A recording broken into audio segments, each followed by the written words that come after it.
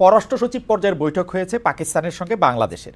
সেখানে তিনটা বিষয়ে তারা সুরাহা চেয়েছে বাংলাদেশ। এর মধ্যে হচ্ছে যে পররাষ্ট্র সচিব আমাদের যে ব্রিফিং করেছেন, বাংলাদেশের পররাষ্ট্র সচিব জনাব মোহাম্মদ জসিমউদ্দিন, তিনি বলেছেন যে এই তিনটা অমীমাংসিত বিষয় হচ্ছে 1971 সালে তৎকালীন সশস্ত্র বাহিনী, পাকিস্তানের সশস্ত্র বাহিনী কর্তৃক সংগঠিত গণহত্যার জন্য আনুষ্ঠানিকভাবে ক্ষমা চাওয়া, পাকিস্তানকে ক্ষমা চাইতে বলা হয়েছে, আটকা পড়া পাকিস্তানিদের প্রত্যাবর্ষণ এবং অবিভাজিত সম্পদে বাংলাদেশের ন্যায্য হিস্সা প্রদান, 1970-এর ঘূর্ণিঝড়ে ক্ষতিগ্রস্তের জন্য বিদেশি সাহায্যের অর্থ হস্তান্তর।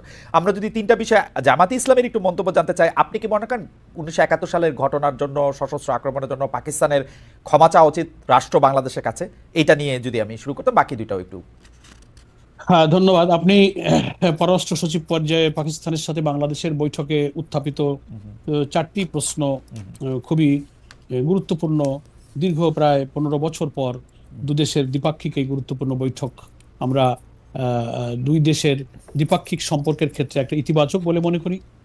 সেখানে যে কথাগুলো উঠেছে যে তদানীন্তন পাকিস্তানে গণহত্যার ব্যাপারে ক্ষমা চাওয়া উচিত, আটকে পড়া পাকিস্তানিদের ফেরত নেওয়া, এরপরে বলা হয়েছে যে সম্পদের ন্যায্য হিস্যার প্রশ্ন এবং ঘূর্ণিঝড়ে যে সহযোগিতা এসেছিল সেই সাহায্যের অর্থ। আমি মনে করি বাংলাদেশের পক্ষ থেকে যে প্রশ্নগুলো, যে দাবিগুলো উত্থাপিত হয়েছে সবগুলোই যৌক্তিক এবং এটার সমাধান হওয়া উচিত। এটা বাংলাদেশের মানুষের হৃদয়ের কথা, মনের কথা। আমরা জামাত ইসলামী মনে করি আমরা সাদাকে সাদা বলি, কালোকে কালো বলি। ফলে গণহত্যা যে হয়েছে এটা ওয়ার্ল্ড অ্যাকসেপ্টেড ম্যাটার। ফলে সেই গণহত্যার সাথে যারা জড়িত ছিল, প্রকৃতভাবে যারা জড়িত ছিল তার প্রমাণ আছে, ফলে তাদের ক্ষমা চাওয়া উচিত। এবং আটকে পড়া পাকিস্তানিরা এখানে অনেক মানবতার জীবনযাপন করছে, তাদের অনেকের খুবই অমানবিক জীবন সম্পর্কে আমরা অবহিত আছি। এদের ফেরত নেওয়ার দাবি যথার্থ এবং সম্পদের ন্যায্য হিস্যার যে প্রশ্ন উঠেছে, ঘূর্ণিঝড়ের সময়ের যে ত্রাণ সাহায্যের প্রশ্নটা সম্পর্কে যদিও আমরা ওই সময় বয়সের চেতনায়, সচেতনতায় অতটা ম্যাচিউর ছিলাম না, এই ব্যাপারে কি তথ্য আছে আমি জানি না। যদি সেটা সত্য হয়ে থাকে এই অর্থের ব্যাপারে এসব কিছুরই একটা ন্যায্য মীমাংসা এবং নিষ্পত্তি হওয়া উচিত। এটাকে আমি ইতিবাচকভাবে দেখি। খালিদ ভাই। জি স্যার, আপনি একদম স্পষ্টভাবে বললেন যে যেহেতু গণহত্যা হয়েছে সেটা সারা দুনিয়া জানে, সেহেতু তাদের এই অবস্থানের ক্ষেত্রে তাদের ক্ষমা চাওয়া উচিত। আটকে পড়া পাকিস্তানের প্রত্যাবর্ষণটাও একটা দাবি, ন্যায্য হিসাব প্রদান সেটি আসলে থার্ড পার্টি, মানে আমি মনে করে থাকি আমাদের যে দাবি আন্তর্জাতিকভাবে যদি এটি প্রমাণিত হয় তাহলে নিশ্চয়ই এটা দিতেও পারবে। আমি এখন যদি একটু জামায়াতে ইসলামের অবস্থান জানতে চাই। 1971 সালে জামায়াতে ইসলামীও তো, আমি বারবার এই প্রশ্ন জামায়াতে ইসলামের নীতিবিদকে আমার করতে হয় যে 1971 সালে তো জামায়াতে ইসলামীরও একটা অবস্থান ছিল। সেই অবস্থান থেকে কি জামায়াতে ইসলামী তাদের জায়গা থেকে তারা জাতির কাছে ক্ষমা চাইবে কিনা, তাদের অবস্থাটা ভুল ছিল সেরকম বলবে কিনা, তারা এটা সম্পর্কে নতুন কোনো মন্তব্য দিবে কিনা? আমি একটু আপনাকে মনে করে দিই, জনাব মিয়া গোলাম পরোয়ার, আমাদের জামাতে ইসলামীর সাবেক আমির মরহুম অধ্যাপক গোলাম আজম কিন্তু তার একটা বক্তৃতায় কাছাকাছি একটা কথা বলেছিলেন, কিন্তু সেটা তার আনুষ্ঠানিক জামায়াতে ইসলামীর একটা ক্ষমার প্রস্তাবনা কিনা, সেটা একটা ভুল স্বীকার করা কিনা, সেটা আমরা জানি নাই এখন। এই ব্যাপারে আপনাদের দলগত অবস্থান কি অধ্যাপক? ধন্যবাদ। আপনি একটা রিয়েল হিস্ট্রি তুলে ধরেছেন। অধ্যাপক গোলাম আজম আমাদের সাবেক আমিরে জামাত, উনি যখন নাগরিকত্ব উচ্চ আদালতের পুনর্বহালের মাধ্যমে যখন আদালত থেকে নাগরিকত্ব সহকারে মুক্ত হলেন, তখন বায়তুল মোকাররমের উত্তর গেটে উনাকে একটা নাগরিক একটা সম্বর্ধনা দেওয়া হয়েছিল, ঐতিহাসিক সম্বর্ধনা। সেই বক্তব্যটা নিশ্চয়ই বিং এ জার্নালিস্ট আপনি হয়তো সে বক্তব্যটা পেয়েছেন, বুকলেট আকারে সারা দেশে আমরা ছেপেছিলাম। সেখানে তিনি শেখ মুজিবুর রহমান, সরওয়ার্দী, শেরে বাংলা, জিয়াউর রহমান, মৌলানা আতাহার আলী, আর অনেক, মৌলানা ভাসানী, বাংলাদেশের জনগণের ঐক্য, স্বাধীনতা, জাতীয় মুক্তি, এদেশের মানুষের কল্যাণে যাদের যে অবদান সব স্বীকার করেছিলেন। এবং স্বাধীনতা যুদ্ধকালে উনি খুব কর্ডিয়ালি, মানে হৃদয় খুলে বলেছিলেন যে আমরা মানুষ, আমাদের রাজনীতির নানান ভূমিকায় ভুল হতে পারে। তো আমি সকলের কাছে আজ আমার আচরণে আমাদের কোনো ভূমিকায় আপনারা কষ্ট পেয়ে থাকলে আমরা সেটা ক্ষমা সুন্দর দৃষ্টিতে দেখার জন্য আবেদন করছি। সেই বক্তব্যের বুকলেট বক্তব্য কিন্তু আমাদের কাছে আছে এবং সারা দেশের মানুষের কাছে সেটা গিয়েছিল। খালিদ ভাই, আমি মনে করি যে ওই সময় জামাত ইসলামী অখণ্ড পাকিস্তানের যে পক্ষ নিয়েছিল এটা তো নিশ্চয়ই সত্য। এটা একটা পলিটিক্যাল ডিসিশন। রাজনীতির পরবর্তী ইতিহাস বিশ্লেষকরা এই সিদ্ধান্তকে ভুল বলতে পারেন, এই অধিকার সবার আছে। তো সেই কনসেপশনেই কিন্তু অধ্যাপক গোলাম আজম, এই মাটি মানুষ, এখানেই তিনি জন্মেছিলেন, তার প্রেক্ষিতে রাজনৈতিক সিদ্ধান্তের ভিত্তিতে দেশের মানুষের পারসেপশন বিবেচনা করেই কিন্তু বায়তুল মোকাররমের উত্তর গেটে তিনি কিন্তু নিজের অকপট এই বক্তব্যটা তিনি দিয়েছিলেন। আমি মনে করি তার বক্তব্যের মধ্য দিয়ে সেই সময় জামাত ইসলামীর আমির হিসেবে তিনি তার বক্তব্যের মধ্য দিয়ে সেটাকে তিনি মেনে নিয়েছেন, স্বীকার করেছেন।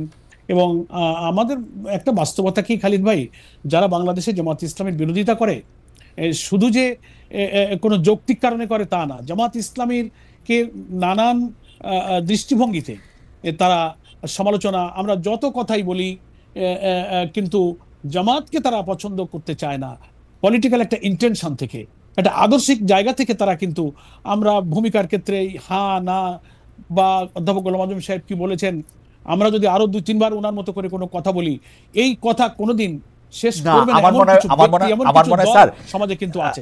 স্যার আপনি যদি একটু খেয়াল করেন, আপনি দেখবেন, আপনি আমার চেয়ে অনেক বেশি জানেন। বাংলা একটা প্রবাদ আছে, মায়ের কাছে মাসির বা মায়ের, না ঠিক আছে, ওই গল্প বলে তো আসলে লাভ নাই। কিন্তু জামায়াত ইসলামী কিন্তু খুব খুব মানে আমি কি বলবো যে খুবই আর্কাইভ মেনটেন করা, খুব রেকর্ড মেনটেন করা, তাদের প্রত্যেকটা জায়গায় আমি একটা খুবই মানে কি বলবো, এটাকে একটা নিখুঁত পেশাদারত্বের আমি একটা ছাপ পাই, যার জন্য আমি জামাত ইসলামীকে সবসময় এর জন্য আমি অভিনন্দন এবং শুভেচ্ছা জানাই। আপনাদেরকে ৭১-এর প্রশ্নে প্রশ্ন করলে শুধু মরহুম আমিরে জামাত গোলামে আজমের কথা শুধু বলতে হবে কেন? আপনারা একটা দলগতভাবে একটা রেজলিউশন কেন নেন না, এটা কেন বলেন না, সেটা একটু আমাদের একটু বলবেন কিনা?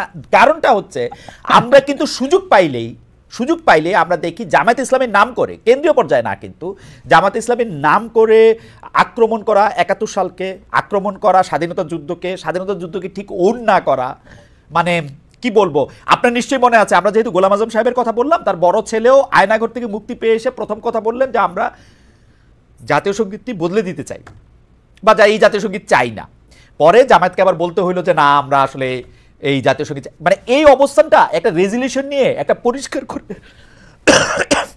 মাফ করবেন, পরিষ্কার করে বললে এইটা কি জামায়াতে ইসলামীর রাজনৈতিক একটা পরাজয় হবে বলে আপনারা মনে করেন? মানে গোলাম আজম সাহেবের বক্তব্যটাই আপনারা যদি একটা রেজলিউশন নিয়ে পরিষ্কার করে বলেন, কোনো যদি কিন্তু তবে ছাড়া, জানাব মিয়া গোলাপ। না যদি না, ধন্যবাদ খালিদ ভাই। আমরা মনে করি যদি প্রয়োজন হয়, আমরা তো বারবার কথা বলেছি এবং আমার মনে আছে যে আমাদের সম্মানিত বর্তমান আমির ডক্টর শফিকুর রহমানও ঠিকানাতে আপনার সঙ্গে সাক্ষাৎকারে এই প্রশ্নে কিন্তু উনি চমৎকার আপনার প্রশ্নের জবাব দিয়েছিলেন, উনি বক্তব্য রেখেছিলেন।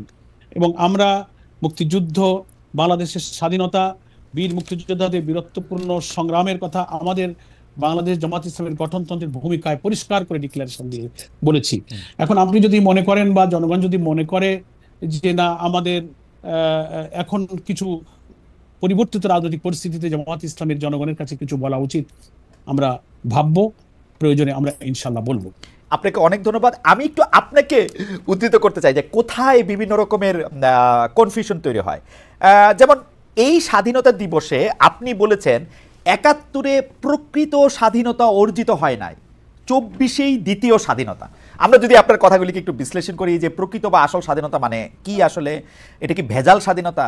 মানে ২৪ পর্যন্ত কি তাহলে আমরা পরাধীন ছিলাম? মানে আমি কিন্তু শেখ হাসিনার আমলটা মাথায় রেখেই বলতেছি যে ১৫ বছর মানে হেন দুঃশাসন নাই, শেখ হাসিনা আমাদেরকে তার মধ্যে দিয়ে নেন নাই, কিন্তু তার জন্য কি ৭১ একটা ভেজাল স্বাধীনতা হয়ে যাবে?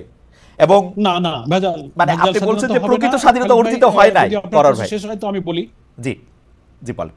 আমি বলি, আপনি জানবেন আমাদের বাংলাদেশের স্বাধীনতা ঘোষণার যে উদ্দেশ্য ছিল, the proclamation of independence, article 152 sub article, সংবিধানের যে ৭ম তফসিলও আছে, 10ই এপ্রিল ১৯৭১-এ যে ঘোষণাটা আমাদের ছিল, in order to ensure for the people of Bangladesh equity, human dignity and social justice, declare and constitute Bangladesh to be sovereign. কি বলা হয়েছে? সাম্য, মানবিক মর্যাদা ও সামাজিক সুবিচার প্রতিষ্ঠার জন্য স্বাধীন সার্বভৌম বাংলাদেশ প্রতিষ্ঠার ঘোষণা।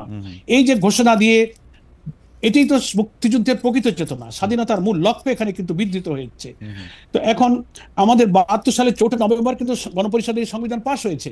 এখন আমাদের সংবিধানে কিন্তু এই মুক্তিযুদ্ধের এই চেতনার কথা, লক্ষ্যের কথা বলা হয়েছে। আমরা বলেছি এই সেন্সে যে স্বাধীনতা ৫৩ বছর পরে আমাদের মানুষের মধ্যে সেই সাম্য, সেই হিউম্যান ডিগনিটি, সেই সোশ্যাল জাস্টিস এখনো এদেশের মানুষ পায়নি। তাই ২৪-এর একটা ফ্যাসিবাদের ইতিহাসের বর্বরতম, নিষ্ঠুরতম ফ্যাসিজম, আমি বলবো উনি শুধু ফ্যাসিস্ট নন, উনি স্যাডিস্ট ছিলেন। এই কর্তৃত্ববাদী শাসনের বিদায়ের পরে আমরা যে নতুন একটা বাংলাদেশ পেয়েছি, কর্তৃত্ববাদী শাসনের হাত থেকে মুক্তি পেয়েছি, এখন আমাদের সাংবিধানিক কাঠামোগত রাষ্ট্র সংস্কারের নানান যে চিন্তা আসছে, এর মধ্যে দিয়ে এমন একটা রাষ্ট্রযন্ত্রে আমরা ফিরে যেতে চাই যেখানে সেই 53 বছরে না পাওয়া সাম্য, না পাওয়া মানবিক মর্যাদা, না পাওয়া সোশ্যাল জাস্টিস যেন আমরা ফিরে আনতে পারি। এই সেন্সে হয়তো অনেকে বলছে যে দিস ইজ সেকেন্ড ইন্ডিপেন্ডেন্স, এই সেন্সে বলছে, কিন্তু স্বাধীনতা অবশ্যই 71 সালে আমরা অর্জন করেছি।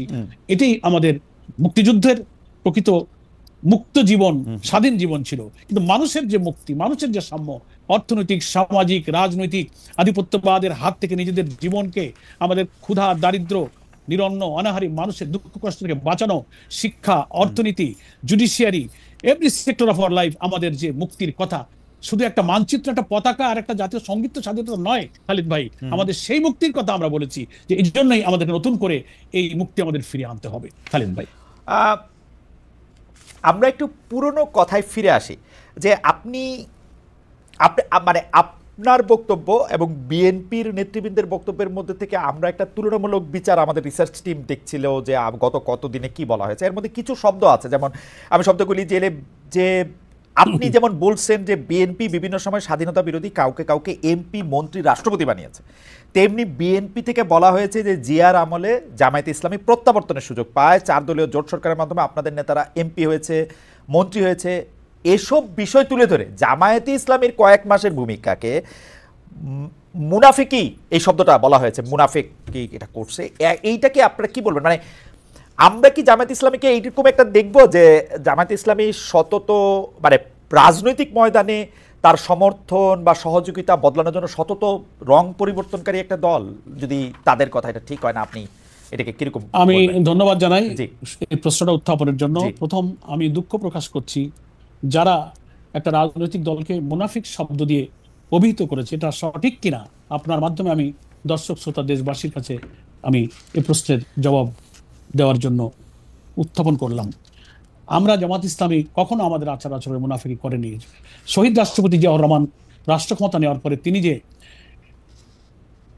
রাজনৈতিক দলের উপর যে নিষেধাজ্ঞা উনি তুলে নিলেন, পলিটিক্যাল পার্টি রেগুলেশন, যেটাকে পিপিআর বলা হয়, সেই প্রত্যাহারের সুযোগে বাংলাদেশে শুধু জামাত ইসলামী কেন, অন্যান্য রাজনৈতিক দলের লোকেরাও তো রাজনীতি করার সুযোগ পেয়েছিল। আওয়ামী লীগের রাজনীতি, অন্যান্য দলের রাজনীতি, অন্যান্য অনেক ইসলামী দলের রাজনীতি, তখন তো কোনো আমরা দল ছিলাম না। তো ফলে শুধু জামাত ইসলামীকেই বলা হচ্ছে, এবং আমরা তো কোনো করুণার কারণে, দয়ার কারণে নয়, একটা আইনগত অধিকারের সুযোগ নিয়ে তখন জামাত ইসলামী সহ অনেক রাজনৈতিক দল রাজনৈতিক অধিকার ফিরে পেয়েছিল।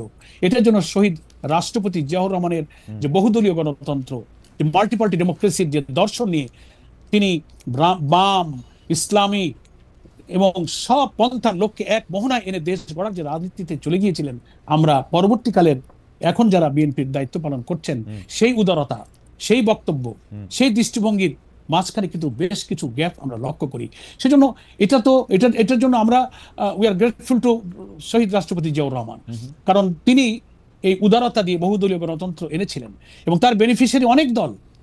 এখন কথা হলো যে এটাকে যদি তারপরে আমরা 79 ইলেকশনে অংশ নিয়েছি, আমরা পরবর্তী সব ইলেকশনে অংশ নিয়েছি, 91-এ আমরা একা কোনো জোট ছাড়া নির্বাচনে নিয়ে 18টি আসন পেয়েছি, আমরা মহিলা এমপি ছিলাম, আমরা 2001-এ ইলেকশন করেছি। আওয়ামী ফ্যাসিবাদ এবং আওয়ামী দুঃশাসন এবং আধিপত্যবাদ বিরোধী একটা জোট করে বেগম খালেদা জিয়া, অধ্যাপক গোলাম আজম, হোসেন মোহাম্মদ এরশাদ এবং শাইখুল হাদিস আল্লামা আজিজুল হক, এই 4 নেতার নেতৃত্বে মোস্ট প্রবাবলি 99 সালের দিকে একটা 4 দলীয় জোট আমরা গঠন করেছি। এগুলো তো দেশের রাজনীতি, দেশের আধিপত্যবাদ বিরোধী জনতাকে তাদের আদর্শিক জীবন, মুক্ত জীবনে নেওয়ার জন্য এগুলো।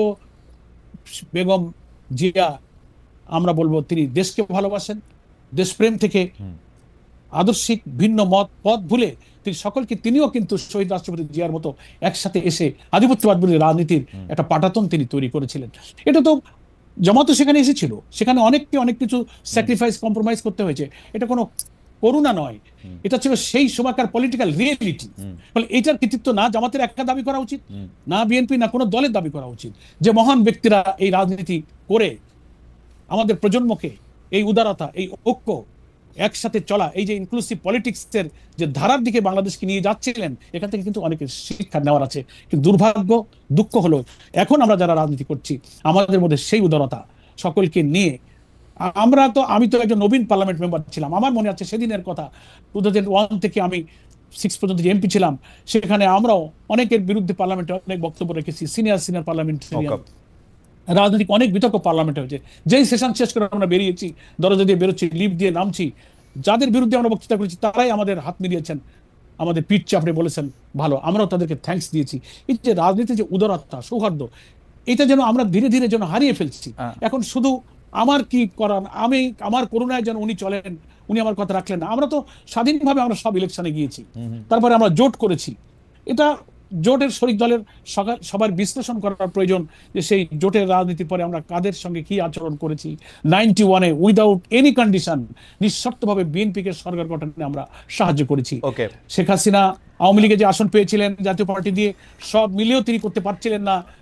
তিনি জামাতের আমির অধ্যাপক গোলাম আজমের কাছে এসেছিলেন, বিএনপির পক্ষ থেকে আসা হয়েছিল আমরা আধিপত্য রাজনীতিকে দাঁড় করাবার জন্য আমরা বিএনপিকে দিয়েছি। তখন তো আমরা জোটে ছিলাম না, উইদাউট এনি কন্ডিশন আমরা দেশকে ভালোবেসে করেছি। এখন এটা কি এর জবাবে আমরা কি পেয়েছিলাম?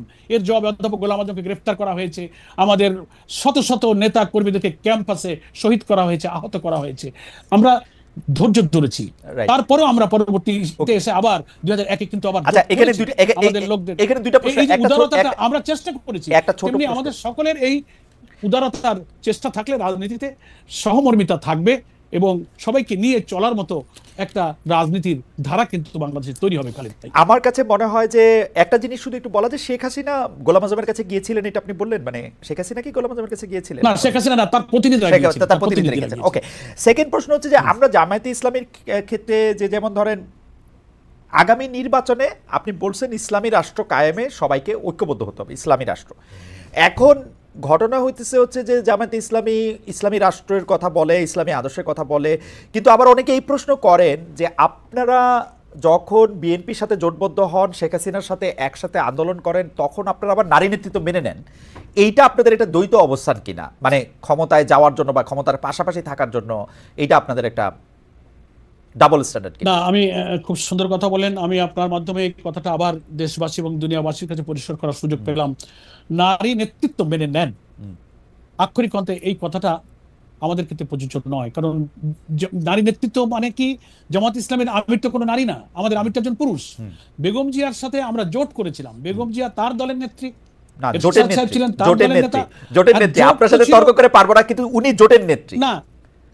নেত্রী মানে চারটা দলের যে জোট, সেই জোটের তিনি প্রধান নেত্রী। তার অর্থ তিনি জামাতের নেত্রী না, তিনি জোটের নেত্রী ছিলেন। তো জোট একটা তো হতে পারে, জোট একটা পলিটিক্যাল আইডিয়াতে একটা আধিপত্যবাদ বিরোধী আওয়ামী দুঃশাসনের বিরুদ্ধে একটা জোট হয়েছিল। তার দলের নেতা নেত্রী তিনি আলাদা থাকবেন এবং তিনি ব্যক্তি বেগম জিয়া হিসেবে নয়, বিএনপির চিফ হিসেবে তিনি দলের প্রধান হয়েছেন। ওখানে যদি কোনো পুরুষ থাকতো তিনি ওই জোটের প্রধান হতেন। সেজন্য নারী নেতৃত্ব তো বিএনপি মেনে নিয়েছে, আমাদের নেতা তো পুরুষ। এই জন্য এই কনফিউশনটা অনেকে তৈরি করে। আপনারা যখন জোট করেছেন খালেদা জিয়া আপনাদের নেতা ছিলেন না? না, খালেদা জিয়ার কথা আমাদের দল চলেনি, জোটের কর্মসূচি কম্বাইন্ড কর্মসূচিতে আমরা খালেদা জিয়া ঠিক করে দিয়েছেন না আপনারা কত আসন নির্বাচন করবেন, বিএনপি কত আসন নির্বাচন করবেন? না, আমরা সবাই মিলে করেছি, কেউ একক সিদ্ধান্ত করেনি। আমরা যাদের সাথে জোট করেছি যখন কোনো সিদ্ধান্ত নিয়ে মতদ্বৈততা হয়েছে তখন খালেদা জিয়ার সিদ্ধান্তই প্রিভেল করে নাই। 4টে দল বা 8টা দল বা 20টা দলেরও জোট ছিল, দলের মধ্যে মত বিনিময় হয়েছে, আলোচনা হয়েছে, দলের মধ্যে যখন অধিকাংশের মত, মেজরিটি যখন মত দিয়েছে সবাই সেটা মেনে নিয়েছে।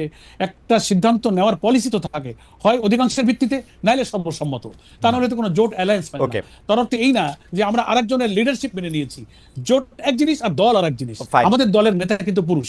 জামাতে ইসলামীর আমিরে জামায়াত এবং সেক্রেটারি জেনারেল তারা দুইজন বেগম খালেদা জিয়ার প্রধানমন্ত্রীত্বে মন্ত্রিসভায় সভাপতিত্বে বসেছেন না? সেটা সরকার, সেটা কোনো দল নয়, গভর্নমেন্ট। একটা গভর্নমেন্ট রাষ্ট্র পরিচালনা, তারা মেজরিটি পেয়েছে, সরকারের প্রধান হয়ে গেছে, নারী ঠিক আছে, কিছু বলার নেই। আমরা তো সরকারের আনুগত্য করছি, ওই সরকারের অধীনে বসবাস করেছি, ওই সরকারের অধীনে আমাদের লোকেরা চাকরি করেছে, বেতন নিয়েছে। এটা গভর্নমেন্টের আনুগত্য এক জিনিস, আর দলের আনুগত্য মানে রাষ্ট্র পরিচালনায় যদি একজন নারী থাকেন, তিনি যদি থাকতে পারেন, তাহলে সেটা নিয়ে জামাতের কোনো ভিন্ন অবস্থান নাই। না, ইসলামের রাষ্ট্রের প্রধান নারী হবেন না, এটা হচ্ছে ইসলামী শরঈ বিধান। ওকে, কিন্তু উনি যে রাষ্ট্রের প্রধানমন্ত্রী, ওটা তো ইসলামী রাষ্ট্র ছিল না। ওকে। প্রধানমন্ত্রী হয়েছেন, রাষ্ট্র উনি চালাচ্ছেন, আমরা সেই দেশের নাগরিক হিসেবে মানে we are bound to ওবে the order, আমাদের মানতে হয়েছে। দলের প্রধান তো আমাদের পুরুষ। আর ইসলামে রাষ্ট্র শাসক যিনি নাম্বার ওয়ান ব্যক্তি হবেন, সেখানে মহিলার ব্যাপারে না বলা হয়েছে। সেক্ষেত্রে জামাতে ইসলামী এটা মেনে নিচ্ছে, কারণ হচ্ছে যেহেতু বাংলাদেশ ইসলামিক রাষ্ট্র না, তাই তো? জি জি। তো বাংলাদেশ ইসলামিক রাষ্ট্র না তাহলে জামাত ইসলামিক একটি দল বা ইসলামিক একটি রাষ্ট্র কায়েম করতে চায়, সেটাকে একটু মানে কি বলবো, একটা দ্বৈত অবস্থান হচ্ছে কিনা? না, আমরা আমরা ইসলামের যে বিউটি, ইসলামের যে ওয়েলফেয়ারের যে কনসেপশন আছে, প্রিয় নবী মোহাম্মদ মুস্তফা সাল্লাল্লাহু আলাইহি ইসলাম দুঃখী, বঞ্চিত, অনাহারী এবং মানে নির্যাতিত, নিপীড়িত, অধিকারহারা মানুষের মুক্তির জন্য অর্থনীতিতে যে আদর্শ দিয়েছিলেন, বিচার ব্যবস্থা যে আদর্শ রেখে গিয়েছিলেন, পারিবারিক জীবনে, সামাজিক জীবনে, মানুষের আয় উপার্জন, জীবন জীবিকা, সুবিচার, সেই কল্যাণ, সেই সুবিচার, সেই বিউটি অফ ইসলামের মধ্য দিয়ে আমরা এই রাষ্ট্রটা গড়তে চাই, যেখানে হিন্দু, মুসলিম, নারী, দল, মত, ধর্ম, বর্ণ নির্বিশেষে আল্লাহ রসুলের যুগে যেমন সেই শাসন থেকে, সেই গুড গভর্নেন্স, সেই ট্রান্সপারেন্সি থেকে সকলেই কল্যাণ পেয়েছে। আমরা মনে করি সেই সুশাসনের মধ্যে এমন শিক্ষা আছে, এমন কল্যাণ আছে, তা দিয়ে যদি একটা রাষ্ট্র গঠিত হয়, তার সুফল অমুসলিমও পাবে, নারীরাও পাবে, মুসলিমরাও পাবে, সকলেই কল্যাণ পাবে। সূর্যের আলো যেমন সকলকে আলো দেয়, বাতাস যেমন সকলকে বাতাস দিয়ে বাঁচিয়ে রাখে, আল্লাহ তাআলার প্রদত্ত বিধানের ভিত্তিতে যে সুফল, যে কল্যাণ দেশের সব নাগরিক সমানভাবে ভোগ করবে। আল্লাহ তাআলা কোরআনেই বলেছেন, ওয়া আনজালনাল হাদিদ ফিহি বাসুন শাদীদ। আবার বলেছেন, লিয়াকুমান নাসু বিল কিসত। আল্লাহ বাইয়িনা, কিতাব, মিজান, রসুল দিয়ে সুবিচার কায়েমের জন্য বলেছেন। আমাদের ছেলেরা যে স্লোগান দিয়েছিল, উই ওয়ান্ট জাস্টিস, আল্লাহ সূরা হাদিদের মধ্যে যে জাস্টিসের কথা বলেছেন, লিয়াকুমান নাসু বিল কিসত। আমি যে সুবিচার দিয়েছি আসমান থেকে নাজির হওয়া কিতাবের ভিত্তিতে, সেই সুবিচারের মধ্য দিয়ে তোমরা সমাজ এবং রাষ্ট্র ব্যবস্থা কায়েম করো। জামাত ইসলামী সেই সমাজ কায়েম করতে চায়।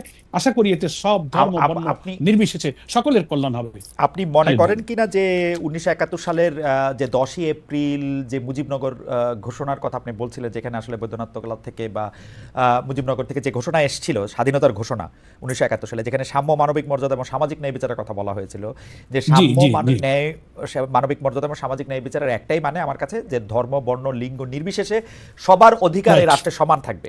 কিন্তু আপনি যে রাষ্ট্রের কথা বলছেন, সেই রাষ্ট্রের ক্ষেত্রে কি সবার অধিকার সমান থাকা সম্ভব? সমান আর সুবিচার, মানে আপনার আমরা তো সাম্যের কথা শুনলাম। সাম্য সবার ক্ষেত্রে কি সমান হবে? সাম্য মানে সমতা, আমি যা বুঝি আর কি, যতটুকু বাংলা বুঝি। না, সাম্যের অর্থটা আপনি বুঝবেন, আপনি সাংবাদিক, আপনি একজন ম্যাজিস্ট্রেসি জুডিশিয়ারি লোক। সাম্য হচ্ছে যার যেটা প্রয়োজন, সেই অধিকারের ততটুকু পাওয়ার অধিকার, সেটাই হচ্ছে সমান। আমি যার যেটুকু প্রাপ্য তাকে সেটুকু বুঝে দাও। এই প্রাপ্যটা কে ঠিক করে দিবে? আমার ঘরে যে মানে কে ঠিক করে দিবে এটাই প্রাপ্য? আমার ঘরে যে কাজ করে, আমি তার প্রাপ্য ঠিক করে দিব না সে ঠিক করবে? মানে কিভাবে এটা ঠিক হবে, কেমনে? না, রাষ্ট্রের সাম্যের ক্ষেত্রে রাষ্ট্রকে ঠিক করতে হবে যে একজন শ্রমিকের কত কি প্রয়োজন, একটা মালিকের কি প্রয়োজন, একজন মজুরের কি প্রয়োজন, একটা ছাত্রের কি প্রয়োজন, একটা কৃষকের কি প্রয়োজন। রাষ্ট্রে ইসলামের যে কল্যাণ রাষ্ট্রের ধারণা দেওয়া হয়েছে, বলা হয়েছে যে প্রত্যেকটি নাগরিকের ভরণ পোষণ, শিক্ষা, চিকিৎসা, বাসস্থানের নিশ্চয়তা রাষ্ট্রকে করতে হবে। যদি তা দিতে না পারো, তাকে কাজ দিতে না পারো, তাহলে তাকে বেকার ভাতা দিতে হবে। কোনো মানুষ যেন বেকার না থাকে। ইসলামিক কল্যাণ রাষ্ট্রের ধারণা এরকম যে তিনি যখন লেখাপড়া করবেন, টেকনিক্যাল এডুকেশন, এটা সবার জন্য, যে এডুকেশন হোক, এটা পুরুষ নারী মুসলমান অমুসলিম সবার জন্য একই রকম, সবার জন্য। জি, এটাই হচ্ছে সাম্য। এখন আমি 1 পোয়া চাউলের খানা খাইতে পারি, আর একজন তা পারে না, আধা পোয়া পারে, তার অর্থ এই না যে তাকেও 1 পোয়া দিতে হবে, তাহলে তো তার শরীর খারাপ হয়ে যাবে। যে যা দরকার তাকে ততটুকু দেওয়াটাকে বলা হয়েছে ইকুইটি বা সাম্য। তার অর্থ এই না যে সব সমান করে দাও। ওকে, যার যতটুকু দরকার। আমরা কি একটু জানতে পারি যে ধরেন আমরা যখন একটা ইসলামী রাষ্ট্রের কথা বলি, আমি ইসলামী আদর্শের কথা যেসব রাজনৈতিক দলগুলির কথা বলে তাদের প্রসঙ্গে একটু পরে আসতেছি। মানে আমরা নানা ধরনের ইসলামিক রাষ্ট্র এখন দেখতে পাই যাদের নামের সাথে ইসলামিক আসে, যেমন ধরেন সৌদি আরব একরকম, টার্কি একরকম, মালয়েশিয়া একরকম, ইরান একরকম, আরও আফ্রিকার বিভিন্ন দেশে আরও নানা রকম মডেল আছে, মৌরিতানিয়াতে একরকম, ওমানে আরেক রকম। তো আমরা আসলে কোনটা আমাদের জন্য নিব বা ফলো করব? ইন্দোনেশিয়া, মালয়েশিয়াও আবার আরেক রকম আছে। মানে আমরা খুবই সিনসিয়ারলি আমি বলবো যে বাংলাদেশে ইসলামিক কল্যাণ রাষ্ট্রের যে ধারণা আমরা কোরআন এবং হাদিস থেকে পাই, শতভাগ সেই স্ট্যান্ডার্ডে কোনো রাষ্ট্র এখন নেই। ওকে। কিছু আছে, হয়তো 12 আনা আছে, 8 আনা আছে, 50%, 60%, 70। তো আমরা চাচ্ছি যে একটা রাষ্ট্রের শতভাগ ক্ষেত্রে যদি কল্যাণের এই ধারণাটা সুপ্রতিষ্ঠিত হয়, তাহলে মানুষের মধ্যে কল্যাণটাও পূর্ণ হবে। এই জন্য কোনো রাষ্ট্র প্র্যাকটিক্যালি এখন আমাদের মডেল নয়। ওকে। আমাদের মডেল হচ্ছে ইসলামের সেই ব্যবস্থাটাই মডেল।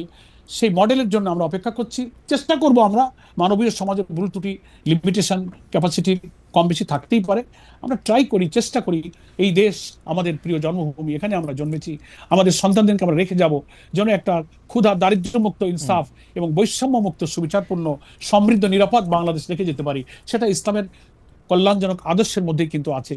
আমরা একদিনে পারবো না, আমার সন্তানরা পারবে, কিন্তু কোনো মডেলের কথা, জেনারেশন পারবে। কিন্তু কোনো মডেলের কথা যদি আমরা না ভাবি, তাহলে যেটা হয় যে আমরা আসলে বাংলাদেশে ইসলামিক আদর্শের কথা বলে এমন অনেকগুলি রাজনৈতিক দল আছে, এছাড়াও রাজনীতির বাইরেও অনেক আলেম ওলামা বুজুর্গ ব্যক্তিগণ আছেন যারা তাদের মতো করে ইসলামিক কোনটা ইসলামিক কল্যাণ রাষ্ট্র তার একটা মডেল বা একটা সামনে দেন, এবং তারা আবার অনেক সময় পরস্পর বিরোধীও একটা অবস্থান নেন, সাংঘাতিকভাবে কাফির বলেন, অমুসলিমদের থেকে খারাপ বলেন, মানে অনেক কিছু বলেন। এইটার মধ্যে থেকে কিভাবে মানে একটা সমন্বয় সাধন করা সম্ভব? বিশেষ করে জামাত ইসলামীকে আমরা জাস্ট আমাকে একটা সেকেন্ড একটু বলতে দেন। আমরা দেখেছি যে হেফাজতে ইসলামীর ওই ঘটনার পরে আমরা এটা দেখেছি যে হেফাজতে ইসলামীর উপর সেই রকম নিপীড়ন নির্যাতন চালানোর পরেও যে হেফাজতে ইসলামী, ওই সময়কার হেফাজতে ইসলামী শেখ হাসিনার কথা শুনে তাকে কওমি জননী উপহার দিয়ে তার থেকে জমি নিয়ে, এটা একটা বড় কারণ ছিল হেফাজতে ইসলামীর সেই সময় নেতৃবৃন্দ জামাতে ইসলামীকে অপছন্দ করতেন, সেই কার্ডটা সে সময় খেলা হয়েছে। তো এই কার্ড খেলার মধ্যে থাকলে তো আমরা আসলে ইসলামিক রাষ্ট্রের মধ্যে থেকে কেমনে যেতে পারবো, মানে বা ইসলামিক কল্যাণ রাষ্ট্র ঠিকই বলেছেন। এটা এটা এটা একটা দুঃখজনক। আমি বলবো যে ইসলামিক কল্যাণ রাষ্ট্রের পথে আমাদের যাদের অভিযাত্রা, এ পথে এগিয়ে যাওয়ার পথে এটা একটা নিশ্চয়ই অন্তরায়।